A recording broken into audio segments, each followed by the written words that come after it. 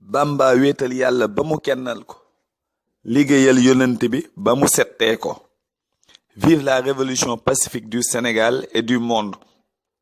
À la question quel était le rôle des écoles françaises implantées au Sénégal et en Afrique jusqu'à nos jours, Cheikh Ahmadoul Kara Mbacké Noreyni, le guide de la révolution pacifique, dans son ouvrage intitulé Ndaxam Bamba dañ na fépp ou Bamba partout, nous éclaircit. La conférence de Berlin se tint entre États européens colonisateurs sans tenir compte d'aucune réalité sociologique et se partagèrent le continent comme une pizza en retraçant les frontières. El Hadj Omar Tall mourut en 1864 à Bandiagara au Mali au cours d'une énième bataille contre les forces coloniales. Lat Dior, le dernier souverain du Kayor, fut tué par les Français au cours d'une bataille.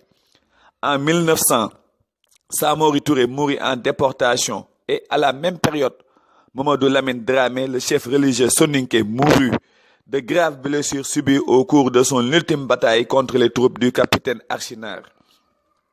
Après que les canons se turent, comme dans un assaut final, les colons dirigèrent une autre arme encore plus redoutable envers la population devenue totalement colonisée.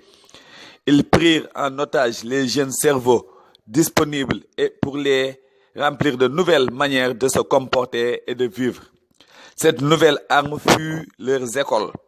Par un programme d'assimilation et d'acculturation à la clé, où il s'agissait de vider l'élève de ses valeurs pour le remplir des leurs, au fin de l'instruire pour l'employer. En France, une école était ouverte pour former les colons à la manière que l'on a entre religions.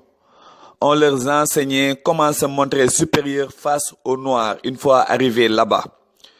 Une fois arrivés ici, leur couleur de peau passait vite au rouge en raison des rayons solaires, d'où le port d'une tenue blanche fermement exigée pour mieux paraître blanc et les rester au milieu des populations noires.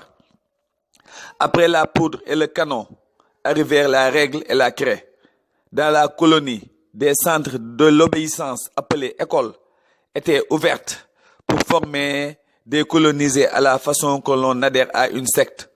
On leur enseignait à devenir et rester inférieurs, de savoir exprimer leur gratitude à la France, faire l'éloge des bienfaits de la colonisation et considérer même si c'est un mal qu'il est nécessaire, en leur apprenant à confondre la bonne graine de l'ivraie et à mémoriser des leçons de choses et d'histoires dignes de fiction et de somnifères.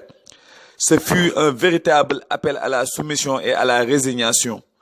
Un mur imaginaire les coupait de leur véritable autorité naturelle, car ils étaient éduqués pour être sur la même longueur d'onde que l'oppresseur et rester sur la même fréquence que lui. Leurs écoles portaient des noms à peine voilés comme école des otages, école des fils de chefs vaincus, école professionnelle en quoi. Au terme de ces études, l'élève retrouvait tout sauf son moi profond, sanctionné par un diplôme qui le plombait dans l'éternel rôle de soumis. Il ne pourra servir que ses maîtres comme s'ils étaient formatés pour telle mission. De négrillon, comme ses maîtres l'appellent, il adoptera les goûts et les coutumes paternalistes du colonial en imitant ses gestes, tics et grimaces jusqu'à les assimiler et devenir un nègre toubabisé.